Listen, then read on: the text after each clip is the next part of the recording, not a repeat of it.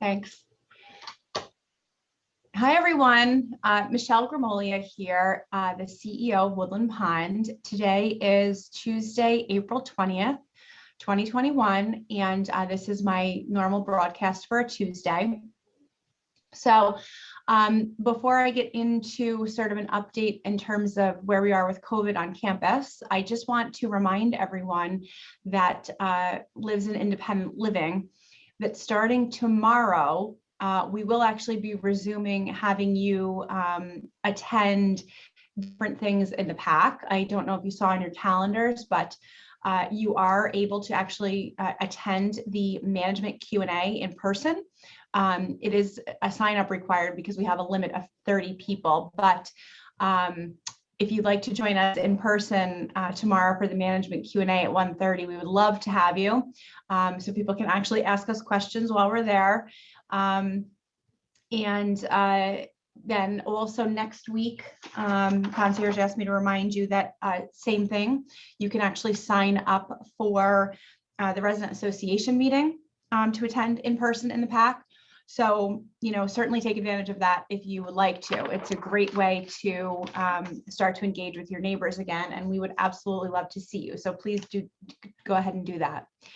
So I wanted to just, today I think take some time and elaborate a little bit more on the main topic and concern that we're all dealing with right now. I have spent the last 24 hours or so just really talking to a lot of people, residents, loved ones, staff members, really just listening to so many feelings and opinions, a lot of fear, which I completely understand. I feel the same. And I just want to reflect on that a little bit and let you know that, as I had said in my memo yesterday, the topic of vaccination and mandating vaccines is on the board agenda for Thursday. We're going to discuss, how our decision to have the vaccine be voluntary on campus right now, how that decision was arrived at, but also to share with the board some of the perspectives that we've received from all of you. And I would invite you to continue to share your information and feelings with me so that we can do that. There will be 2 residence council members present at the board meeting, in addition to the 2 residents that are on the board and have voting rights for the board. So there will be 4 residents present at that meeting. And certainly I think it's fair to say at this point that by and large, the general consensus from just about every resident that I have spoken to or heard from really has said that it's their preference that their position is that we should be mandating the vaccine. So I'm sure that that point of view will be well represented at the board meeting on Thursday, but we are going to have a lengthy discussion about how we've gotten to where we've gotten in terms of currently that mandate vaccine is voluntary. So just in terms of any changes in numbers or anything, we don't have any changes in any of our numbers since yesterday. Actually, that's not true. One of our independent living staff members that was positive now has tested negative. She's completed all of her, this was a little bit of an older positive case, but she will be returning to work tomorrow, and she's been out for quite a while. So we're thrilled to have her back. So our overall count did come down by 1 in terms of positivity.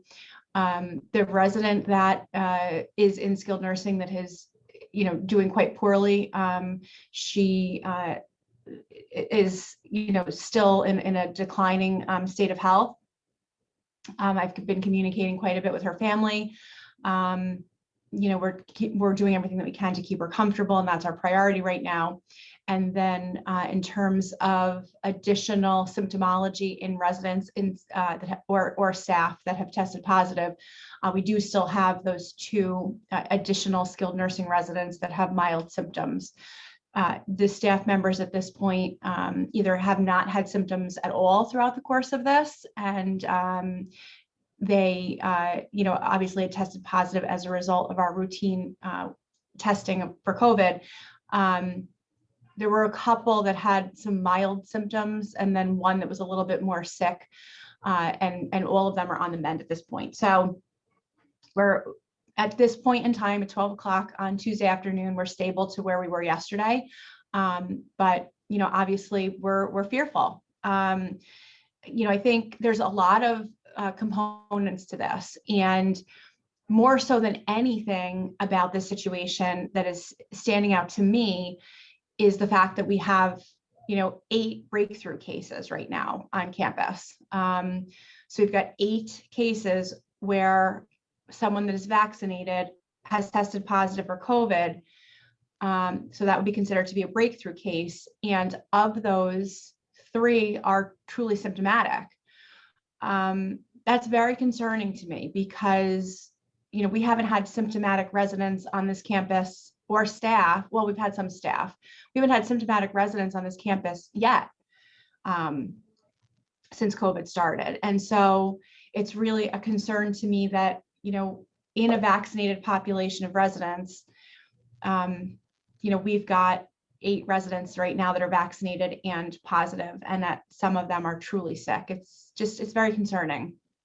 And I did allude to this in my memo yesterday, but it definitely raises the question about, are we dealing with a variant? And we don't know the answer to that question. We also do not know the etiology of where this all started. I think that I explained last week, and I'll just reiterate it again. In this latest round of positives, the first positive actually was not in a staff member. It was in a resident. And it was in a resident that is, very active on this campus. And then in the following days, additional residents and staff members across the whole campus tested positive. And really, those folks are not having interaction together. So we're really not sure where this is coming from or how it started. I know that a lot of you have put a correlation together between, unvaccinated residents and staff and then this illness, and that could absolutely be the case, but we just don't know. All we do know is that, right now we've got a very, very high number of vaccinated people on this campus, far greater than what our peers and competitors are seeing on their campuses. We do know that we've reopened a lot of the campus. A lot of people are coming and going. We do know that 2 weeks ago, the state began disallowing us from requiring visitors in the health center to be tested before their visits. And I alluded to this, or I stated that in my memo yesterday. So even if we want to mandate those tests for our visitors, the state will not allow us to do so in the health center. And trust me, we want to. We want every single person that comes that's a visitor to be tested. But we're not allowed to do that now in the health center. And that was a couple of weeks ago that started. And at the same time that regulation came out, or that update to the regulation came out, the state also told us that even though we don't want this to be the case, we have to let visitors in the health center touch and be in close contact with their loved ones. So again, we don't want that. We want people to be maintaining 6 feet distance at all times. These are all things that have changed over the last couple of weeks. So there's a lot of factors, and we just don't have the answers. And I don't know that we ever will. But we're concerned because all of these things that are the reopening activities is exactly what we're all craving so much. And I think all of us kind of knew, unfortunately, that if we, go down this road, that we potentially are adding risk to the community. And it seems to be coming to fruition or coming to be. None of us want to close down this campus at all. And I think more than anything, this is a realization that, COVID is going to be much like the flu, much like strep throat and colds and so forth, in that it seems that it's just going to be something that's present and sort of looming over. We never in years past would have ever considered closing the campus down, for the flu. And I think, we have to reconcile with that a little bit, because we want you to continue to enjoy your lives, and we have to work within the regulations that are set forth by the state, particularly in the health center. We want to continue to test our staff all the time, and have everybody wear the highest levels of PPE, and keep everybody as safe as possible. But it's none of this is a sure thing. Obviously, by the experience that we're having on campus right now with so many vaccinated people that have got COVID, there's definitely a concern about, is this a more contagious strain? Is this one of the new realities of COVID? I don't think any of us expected to be here after knowing that we have such a high number of vaccinated staff and residents. But here we are. So, we're going to be talking about this extensively. Certainly, we're already doing so, at the leadership level here at the community. We're going to, be discussing it with the board. I just wanted to also just elaborate a little bit further on something that I included in my memo yesterday, which relates to our relationship with a team of epidemiologists at New York State at the Department of Health. So, since the beginning of COVID, a team of epidemiologists, usually there's 5 or 6 with one lead that has been consistent throughout the entire time of this. We work with them every single day. So as soon as we have a positive case on campus, we're contacting them right away. This is communication that happens generally, in writing via email, but there's also a lot of phone calls that happen. Our director of nursing, who is our lead infection control nurse, for the pandemic related items, she's the main contact, but also myself and Philip Mail are included in all of the correspondence. And, they're very aware of our numbers and where we are. They are indicating to us right now that what we're seeing, unfortunately, is the fate that have befallen, so many of our industry mates. And though we've been extremely fortunate, we have been in the very, very small minority of communities that have not faced serious COVID illness. So they're not surprised by this. They are not swarming the building, and they're aware of it. And I think we've been very insulated and very fortunate until now. And although this is, really taking us, by surprise, I guess, the bigger picture is that we have just been extremely, extremely lucky until now. And, none of our protocols have changed. All of our testing is still happening. It's possible that the virus is evolving. We know there's COVID fatigue. We know we've opened the campus, and that's the way that we want to stay. So we're all just kind of really just having deep thoughts and trying to reconcile, some of what's happening now. And the last thing I just want to mention before I say till tomorrow to all of you is one of the things that several of you have asked me in the last 24 hours is, what is the demeanor of the staff and residents that have opted not to be vaccinated? I think I've explained generally that, we've got a number of people that are in a category of folks that are not medically eligible to be vaccinated. We've got folks that have religious objections, and then we have folks that are fearful of the vaccine.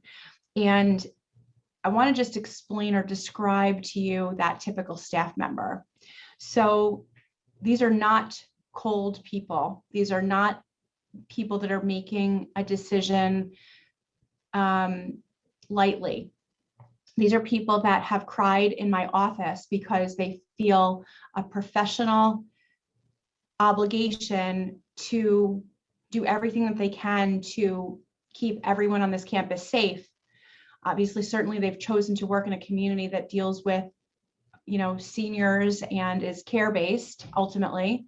And they've gone into that field knowing that that's what they want to do. It's a calling. You don't come and work in our community, in our setting, just, like you would work at a McDonald's. You come here because you know that you want to care for people, and you do care for people. So they're expressing a feeling of a deep sense of professional obligation, and at the same time feeling a deep, deep conflict with their personal conviction or fears of this vaccine. And they are very torn. We've got people that they themselves are, sort of feeling like they would like to be vaccinated. And then they've got family members that have told them that they're vehemently opposed to the vaccine. So they're facing conflicts. They're upset and emotional. They, of course, don't want any, chinks in our armor. None of us do. But by no means are these people that are, that have any kind of a wanton disregard for our residents or their colleagues, or, there are residents that are opting not to be vaccinated, not too many, but, mainly out of fear of the vaccine. And, so the conversations that we're having are, trying to be supportive and certainly listening. So just as we're listening to, all of you and your loved ones, we're also listening to the staff, because we care deeply about everyone on this campus, not one group or the other. This is a hard choice. I mean, even myself, I had, reservations about having the vaccine. I ultimately did pursue it. But, I absolutely have reservations, and I ultimately had to go with what the scientists and the professionals were saying. But I can completely understand the perspective of people that sit in my office with tears literally running down their face, saying that they don't know what they're going to do. They don't know what to do, because on one hand, they understand the value and the benefit of the vaccine, but on the other hand, they're asking me to tell them, how can you guarantee there are not going to be long-term side effects from this vaccine? And I can't do that. I cannot say to them, there are no long-term side effects. And that really is the biggest fear, the biggest concern, in addition to the fact that this is a new science. But I just want to make sure that you all are aware that the same people that have cared for your loved ones throughout this entire experience and taken great care of all of our people are the same people that are still caring for your loved ones or for you. And that this decision is not easy for anyone. No one is making this decision flippantly by any means. It's very emotional, and people do really feel a great amount of conflict. This is not an easy decision for most. I just wanted to point that out, and I appreciate those of you that asked and asked for that perspective, and it gives me an opportunity to share that with you. I'm going to be in my office all day today, so if any of you would like to call me or send me an email, certainly do so. And I will share whatever information I can with you. And, I appreciate your continued support, and we will continue to keep you all updated. Thank you.